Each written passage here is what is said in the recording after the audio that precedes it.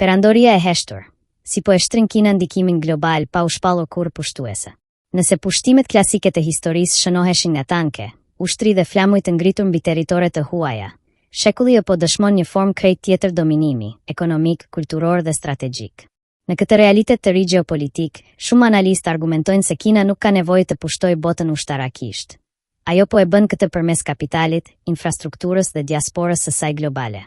Nga Europa në Afrikë, nga Amerika Latine në Azinë Qendrore, gjurmët e pranisë kineze janë bërë strukturore. Projekte gjigante infrastrukturore, porte detare, hekurudha, autostrada, rrjete 5G dhe investime energjetike janë financuar ose ndërtuar nga kompani shtetërore kineze, kryesisht në ombrellën e iniciativës Belt and Road. Rruga e re e mëndafshit moderne që synon të lidh kontinentet përmes korridoreve tregtare të kontrolluara ekonomikisht nga Pekini. Por ndikimi nuk ndalet te betoni dhe çeliku. Një nga simbolet më të dukshme të pranisë kineze globale është fenomeni i Shinaton, lagje urbane që gjenden pothuajse në çdo metropol të madh botëror. New York, Londër, Paris, Milano, Toronto, Bangkok, Johannesburg, Sydney. Këto zona funksionojnë si mikroekosisteme kulturore dhe ekonomike. Restorante, banka, tregje, klinika, shkolla private, madje edhe media lokale në gjuhën kineze. Në pamje të parë, ato përfaqësojnë thjesht diasporën, një komunitet emigrantësh që ruan traditat. Por për disa studiues të marrëdhënieve ndërkombëtare, ato janë edhe nyje të fushisë së butë, soft power. Hapësira ku gjuha, kultura, produktet dhe rrjetet tregtare kineze konsolidohen dhe projektojnë ndikim përtej kufive shtetëror. Ndërkohë, dominimi ekonomik është bërë edhe më i prekshëm përmes zinxhirëve të furnizimit global.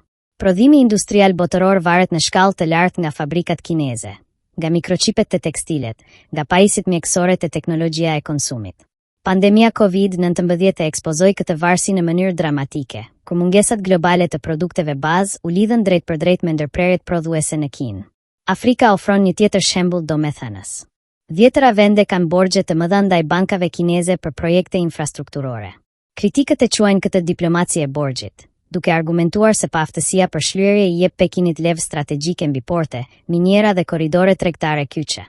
Në Europë, investimet në porte si Pireu, rrjete energjetike në Ballkan, apo kompani teknologjike kanë ngritur alarme sigurie kombëtare, sidomos në kontekstin e të dhënave dhe telekomunikacionet. Megjithatë, narrativa e pushtimit mbetet e debatueshme. Mbështetësit e bashkëpunimit me Kinën argumentojnë se investimet kineze mbushin boshllëqe që perëndimi shpesh i ka neglizuar, duke financuar zhvillim, punësim dhe infrastrukturë në rajone të lëna pas dore. Pra, është bota e pushtuar nga Kina? Jo në kuptimin klasik ushtarak. Por është e pamohueshme që ndikimi kinez është bërë sistemik, i përhapur dhe i ndërthurur me ekonominë globale në një shkallë të paparë më parë. Në epokën e globalizimit, pushtimi nuk kërkon më flamuj mbi territore, mjafton prania në porte, banka, rrjete teknologjike dhe lagje të tëra urbane ku një copë kulture, ekonomie dhe ndikimi transportohet mijëra kilometra larg Pekinit. Dhe ndoshta pyetja më thelbësore nuk është nëse bota e ka kuptuar këtë ndikim, por sa e gatshme është ta menaxhojë atë.